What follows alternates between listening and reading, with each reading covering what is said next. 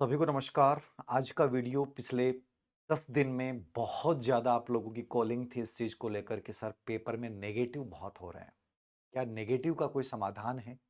नकारात्मक अंकन क्या कंप्लीटली खत्म किया जा सकता है? या नेगेटिव मार्किंग के बिना भी आप सेलेक्ट हो सकते हैं? कुछ ऐसे ही सवालों को लेकर आज का एक छोटा-सा सेशन। नकारात्मक अंकन,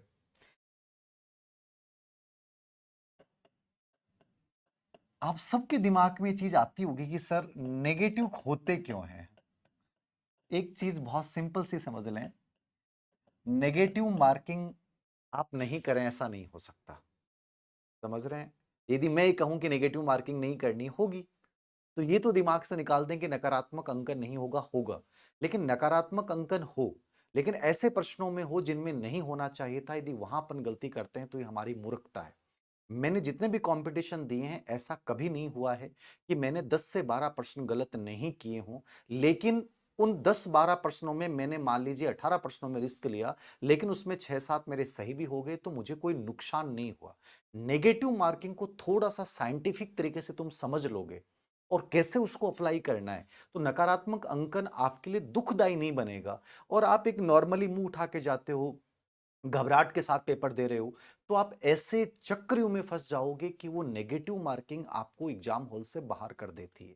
कुछ बेसिक चीज़ें जो मैं आपको कहूँगा ये हर परीक्षार्थी को, चाहे वो राजस्थान की एक छोटी-सी भर्ती परीक्षा चतुर्थ श्रेणी से दे रहा है, आरपीसी दे रहा है, यूपीएससी दे रहा है, आईआईटी दे रहा है, नीट दे रहा है। सिंपल सी बात याद रखिएगा, पहली स्थिति, शांत मन स्थिति आपके नेगेटिव मार्किंग को खत्म कर देती है। यदि आपका मन शांत है, तो आप मान के चलिएगा कि नकारात्मक अंकन नहीं होगा, आपसे वो गलतियाँ नहीं होंगी जो हड़बड़ाहट में आप करते हो।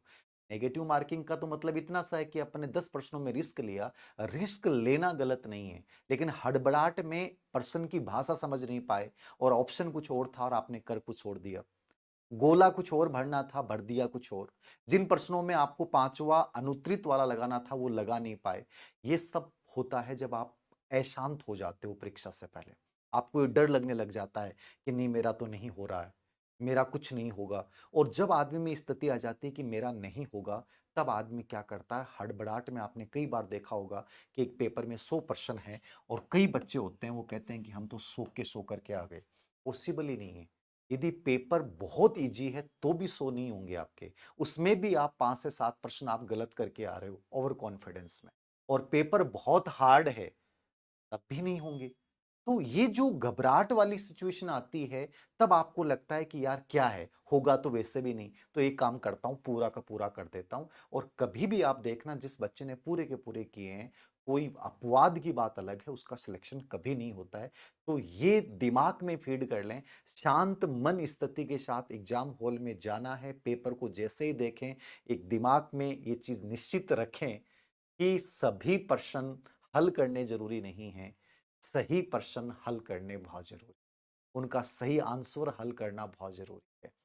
तो क्या चीज़ें हैं जो अमूमन आप गलतियाँ करते हो, वो गलतियाँ नहीं करना? तो पहला शांत मन के साथ जाना है। सभी प्रश्न के लिए आपको लगभग टाइम मिलेगा, जैसे मान लीजिए आरपीसी में नेगेटिव मार्किंग जो होती है 1/3 होती है, ठीक है?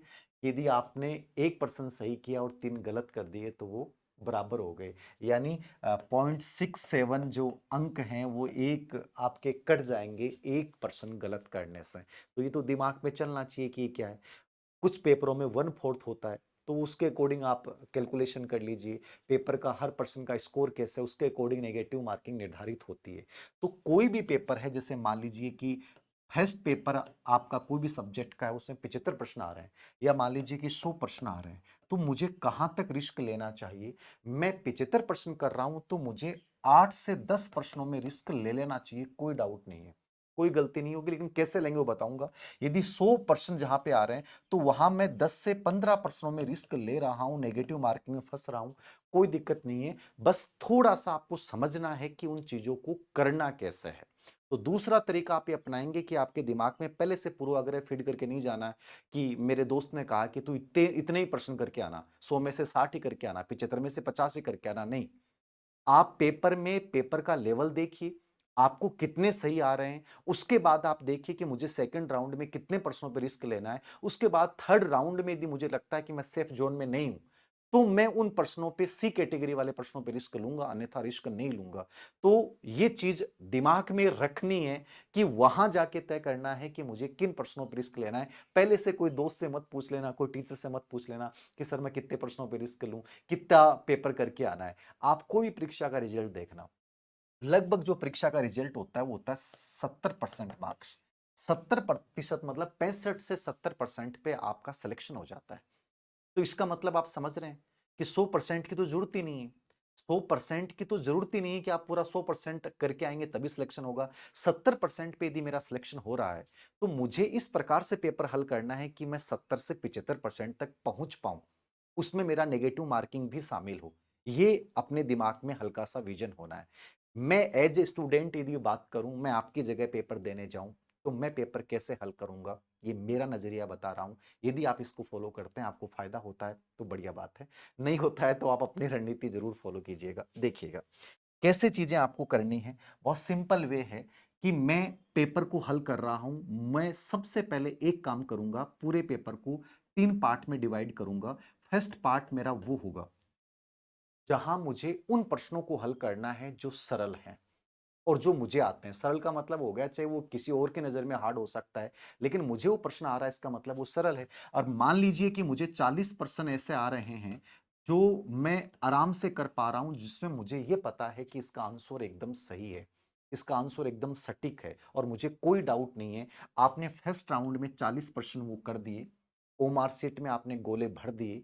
इन 40 प्रश्नों को जब आप हल कर रहे थे, पेपर पढ़ रहे थे और आपको ये लगा कि उन प्रश्नों को पढ़ते समय 10 से 15% ऐसे थे जहां मुझे लगा कि ये आ भी रहा है और नहीं भी आ रहा, उन प्रश्नों को मैंने गोले में, सर्कल में बंद कर दिया। ये मैं हमेशा करता था, जो आप भी इसको प्रयोग कर सकते हैं। 40% आपने कर दी, पॉजिटिविटी आ गई, 40% तो मैं सेफ जोन में हूं। अब मुझे सेकंड राउंड में जाना है। सेकंड राउंड में मेरे पास ऐसे होंगे 10 से 12% ऐसे होंगे जहां मुझे लगेगा कि A option, B option, C option, D option, जिसमें से बी और सी तो नहीं है, इलिमिनेट कर दिया मैंने कि ये तो नहीं है, हटा दिया इन विकल्प को तो कि ये तो नहीं होंगे। ए और डी को लेकर कंफ्यूजन है। क्या ऐसे प्रश्न सर करने चाहिए? यदि मैं आपकी जगह रहूंगा तो मैं ऐसे प्रश्न जरूर करूंगा और मैंने तो किए हैं। ये निश्चित है कि नुकसान नहीं होगा, फायदा भी ना हो तो। चांस है कि 10% आपने किए हैं, वहां 5% मान लीजिए आपके सही हो गए, लेकिन हो सकता है 4 भी सही हो जाए, 5 गलत हो गए। हो सकता है कि 6 गलत हो गए, 7 गलत हो गए, 3 सही हो गए, नुकसान नहीं होगा, इतना मान के चलना। तो ऐसे प्रश्नों में जहां आपको 2 ऑप्शन को लेकर ये क्लियर है कि सर ये तो नहीं होगा, वहां आप रिस्क जरूर ले लें। ये मेरी पर्सनल राय है, खैर आपके ऊपर डिपेंड करेगा, लेकिन यहां पे आपको रिस्क ले लेना चाहिए। और इसमें भी एक तरीका है। आप ये देखिए, जो मैंने नोट किया, हमेशा पेपर सेटर जब एग्जाम पेपर बनाता है तो ये चीज देखना, ऊपर वाला प्रश्न आपका एकदम सटीक है और नीचे वाले में 2 को लेकर कंफ्यूजन हो रहा है। एक तो पहला इंट्यूशन किसको लेकर आ रहा है और दूसरा ऊपर वाले प्रश्न का आंसर यदि सी था, चांसेस बढ़ जाएंगे नीचे वाले के सी होने के। ये तरीका इस्तेमाल कर सकते हो आप। इनमें भी आपको लग रहा है कि इन 2 में समझ में ही नहीं आ रहा, तब ये तरीका आप इस्तेमाल कर सकते हैं, थोड़ा सा फायदा होगा, ये निश्चित रूप से मान के चलिए।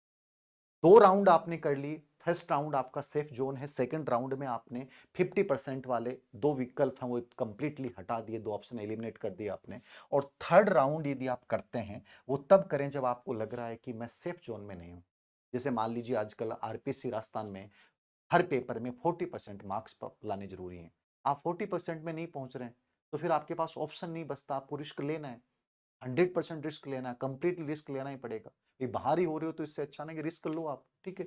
और यदि मान लीजिए आप यहाँ सेफ जोन में आ गए कि 75% मान लीजिए हैं, 100% मान लीजिए हैं और आप 60-65 प्रश्नों पे आप पहुंच रहे हैं, 75 में से मान लीजिए आप 40+ प्रश्नों पे पहुंच रहे हैं, तो आपको थर्ड पार्ट में इतना बड़ा रिस्क लेने की आवश्यकता नहीं है। थर्ड पार्ट सी राउंड क्या होता है, जिसमें आपको लग रहा है कि ए ऑप्शन नहीं होगा, लेकिन बी, सी और डी, इनको लेकर मुझे कुछ भी समझ में नहीं आ रहा है, तो क्या मुझे रिस्क लेना चाहिए? तब मैंने कहा कि तभी लें जब आप सेफ जोन में नहीं हो, आपको लग रहा है कि ले लेना चाहिए। यद्यपि नेगेटिव मार्किंग, इसमें भी ये रूल ये कहता है कि बहुत ज्यादा नुकसान तो नहीं होगा, लेकिन नुकसान हो सकता है। समझ रहे हैं? तो इसमें तभी लें जब आप सेफ जोन में नहीं हो और आपको लग रहा है कि मैं तो बाहर ही हो रहा हूं, तो कोई दिक्कत नहीं है, वहां पे आप ये रिस्क ले लें, अन्यथा इस पार्ट को आप हल नहीं करें। एक बहुत महत्वपूर्ण सुझाव, लास्ट टाइम में जब पेपर आप देख रहे होते हैं, 5 से 10 मिनट बचते हैं। मैंने जब भी 5 से 10 मिनट में पेपर में लास्ट में जब गोले किए हैं कि यार इसका लगा देता हूँ, वो पर्सन सभी के सभी नेगेटिव हुए हैं। तो 5 या 7 मिनट में लास्ट टाइम में भावनाओं में बहकर जो तुम गोले करते हो, वो कभी मत कीजिए। आप पहले से तय कर लीजिए कि हाँ, ये करना ही नहीं है।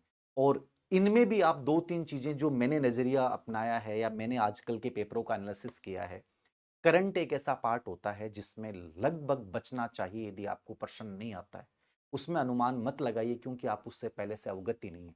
आप इतिहास, कला, संस्कृति, ज्योग्राफी के पहला आपका पढ़ा हुआ है, वहाँ आप अनुमान भी लगाएँगे तो चांसेज़ होते हैं सही होने के, बट यहाँ पे नहीं होंगे। मैथ, रीज़निंग ऐसा पार्ट होता है जहाँ आप अनुमान लगा रहे हैं, मतलब ही नहीं है सही होने का। ठीक, पॉलिटी का प्रश्न है जहां कथन कारण वाला प्रश्न आ गया, चार कोड वाला प्रश्न आ गया, A B C B C D कौन सा सही है, वहां यदि आपको अनुमान नहीं लग रहा है, बिंदु समझ में नहीं आ रहा है, आप नहीं लगाइए। तुक्का लगभग गलत होने के चांसेस रहेंगे। जहां सीधे ऑप्शन है चार, वहां आपको लग रहा है कि एक तो नहीं है, वहां ऐसी स्थिति में आप लगा सकते हैं, वहां चांसेस बढ़ जाते हैं। लेकिन जहां प्रश्न की भाषा बहुत क्लिष्ट है, पहला काम तो यही करें, जिन प्रश्नों की भाषा आपको समझ में नहीं आई, उस प्रश्न को आप स्किप करें। स्किप करना अच्छी चीज है, याद रखना। हर प्रश्न को पढ़ना आवश्यक होता ही नहीं, और हर प्रश्न को पढ़ोगे तो आपके पास टाइम ही नहीं बचेगा। तो जो प्रश्न की भाषा आपको लगी कि समझ में ही नहीं आ रही है, तुरंत स्किप कर दें, उलझिए मत। कई बच्चे होते हैं एक प्रश्न में दिमाग लगाने लग जाते हैं, नहीं नहीं इसमें ये होगा, अरे नहीं लगाना भाई। आपके पास लास्ट में टाइम बचेगा, टाइम की उपलब्धता के अनुसार ऐसे प्रश्नों पे आपको दिमाग लगाना है, ब्रेनस्टॉर्मिंग करनी है। अन्यथा ब्रेनस्टॉर्मिंग करनी नहीं है, स्किप करना है। जिस पर्सन में आपको उलझन पैदा हो रही है, जो पर्सन की भाषा आपको समझ में नहीं आ रही, उस पर्सन को कंप्लीटली आप क्या कर दें, स्किप कर दें।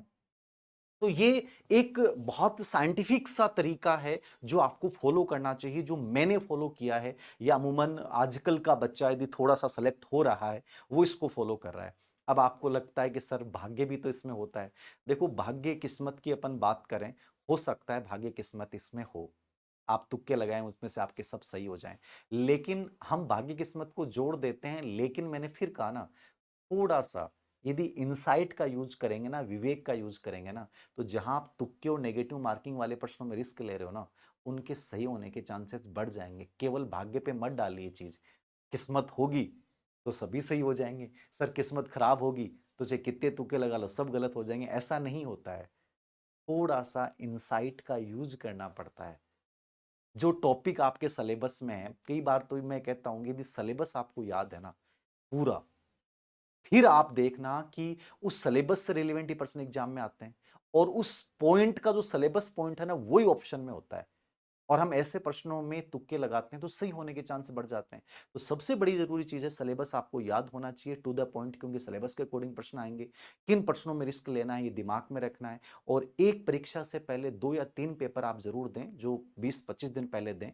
और उन पेपरों में आप ये देखिए कि आपके कितने प्रश्न जो हैं आपने किया, पेपर आपने जैसे एग्जाम हॉल की तरह दिया, और मान लीजिए आपके 20% नेगेटिव हुए, तो 20 प्रश्नों को लिखिए, वो 20% क्यों हुए, उनमें 50% वाले कितने थे, और उन 50% वाले में कौन से प्रश्न आपके गलत हुए। उससे आपको आइडिया लगेगा कि मैं गलती कहां कर रहा हूं। फिर उस प्रश्न को आप पढ़िए, 3-4 बार उस प्रश्न को पढ़िए। अमूमन देखना कि नेगेटिव में जो अपने गलत होते हैं वो लगभग होते हैं सही और कथन वाले, तो प्रश्न होते हैं ना, इनमें से सही कथन कौन सा नहीं है, गलत कथन कौन सा है। इसको अपन या तो प्रश्नों को पढ़ने में गलती करते हैं, ऑप्शन को समझने में गलती करते हैं। तो इन चीजों का थोड़ा सा आप मॉक टेस्ट के माध्यम से अभ्यास करें, और 2 या 3 पेपर दें और उसमें एनालिसिस करें अपना, कि नहीं नहीं मैंने यहां गलती की। अब उस गलती को दूर करने के लिए क्या करें, अब उसी टाइप के प्रश्न, कम से कम 10 या 12% उसी टाइप के प्रश्न जो पूर्व एग्जाम में आए हुए हैं, आप उनको निकालिए। पीवाईक्यू पढ़ना लास्ट टाइम में इसलिए फायदेमंद होता है क्योंकि एक माइंड में कॉन्सेप्ट क्लियर हो जाता है कि ऐसे प्रश्न की भाषा आती है तो लगभग आंसर ऐसा होता है, ऐसे प्रश्न की भाषा आती है तो लगभग आंसर ऐसा होता है। इसलिए लास्ट टाइम में पीवाईक्यू इसलिए पढ़ना फायदेमंद होता है। हमेशा पढ़ने चाहिए, हमेशा मॉक टेस्ट देके अपना एनालिसिस करना चाहिए, और उन प्रश्नों का अभ्यास जरूर करें जिन पे आप बार बार गलती कर रहे हैं। इस टाइप के प्रश्न होते हैं वहां मैं गलती करता हूं। मान लीजिए कोई पार्ट विशेष है कि मेरा पॉलिटी में प्रश्न गलत हो रहे हैं, तो पॉलिटी के प्रश्नों का एक बार अभ्यास करें, उसके बाद एनालिसिस करें कि ऐसे प्रश्न मेरे गलत क्यों है। तो टाइम तो थोड़ा सा लगेगा, लेकिन इस तरीके से आप नेगेटिव मार्किंग को कम कर सकते हैं। आप पेपर में यदि 20+ प्रश्नों पे आप नेगेटिव मार्किंग जा रहे हैं तो निश्चित रूप से वो आपको बाहर कर रहा है। समझ रहे हैं आप? तो वो बाहर क्यों हो रहे हैं और नेगेटिव पर्सन क्यों हो रहे हैं? इनके कारणों को आपको जानना पड़ेगा। मिलान वाले जितने भी प्रश्न होते हैं, मैचिंग वाले प्रश्न, हमेशा उनमें रिस्क लेने का प्रयास कीजिए, लगभग चांसेस होते हैं कि सही हो जाएँगे, मिलान वाले प्रश्न पे, ठीक है? लेकिन जिस प्रश्न को आपने पढ़ा ही नहीं, जिसका ऑप्शन आप जानते ही नहीं हैं, उस प्रश्न में आप रिस्क ले रहे हैं, तो वो गलत है। मिलान वाले प्रश्न में फिर भी आपके 1-2 ऑप्शन ऐसे होते हैं, जो मिल जाते हैं, आपके सही हो जाते हैं। तो थोड़ा-सा इस चीज़ को आप ध्यान में रखें, एक 5वां विकल्प को लेकर बच्चों की बहुत प्रॉब्लम होती है। जो पर्सन आपको छोड़ना है, उसको भी आप 5वां ऑप्शन जो अनुत्तरित वाला ऑप्शन है, उसके टिक लगा लीजिए ताकि लास्ट टाइम में याद रहेगा इसका 5वां भरना है। क्योंकि 10% पर्सन यदि आपने यूँ ही छोड़ के आ गए, तो आप तो बड़ी नेगेटिव मार्किंग में फँस जाएँगे, आप बाहर ही हो जाएँगे। तो कोशिश करना है कि जो पर्सन आपको स्किप किया है, जिस पर्सन की भाषा बहुत क्लिष्ट लग रही है, उसमें 5वें पे टिक लगा लो, ताकि लास्ट में ओमार शीट में भर लेना है। ओमार शीट को सटीक तरीके से देखें, प्रश्न पत्र को सही ढंग से पढ़ें, प्रश्नों की भाषा का अभ्यास करने के लिए पहले पीवाईक्यू जो लेटेस्ट का पेपर हुआ है कि मान लीजिए 25 में तुम एग्जाम दे रहे हो, 26 में पेपर दे रहे हो, तो 25 के जितने पेपर हुए हैं, उनका एक बार एनालिसिस कीजिए। आपकी नेगेटिव मार्किंग लगभग कम हो जाएगी। और सबसे बड़ी चीज ये है, कॉन्फिडेंस तो देखो रखना पड़ेगा। लास्ट टाइम में कॉन्फिडेंस नहीं है ना, मन में संशय यदि आपके आने लग गए ना कि सर संशय बहुत आ रहे हैं, डाउट बहुत आ रहे हैं, हर पर्सन जब भी हल करते हैं तो ऐसा लगता है ये भी होगा, ये भी होगा। डाउट कब आता है, संशय आता है तो नेगेटिव मार्किंग होती है। संशय कब आते हैं, जब आपका रिवीजन सही तरीके से नहीं होता है।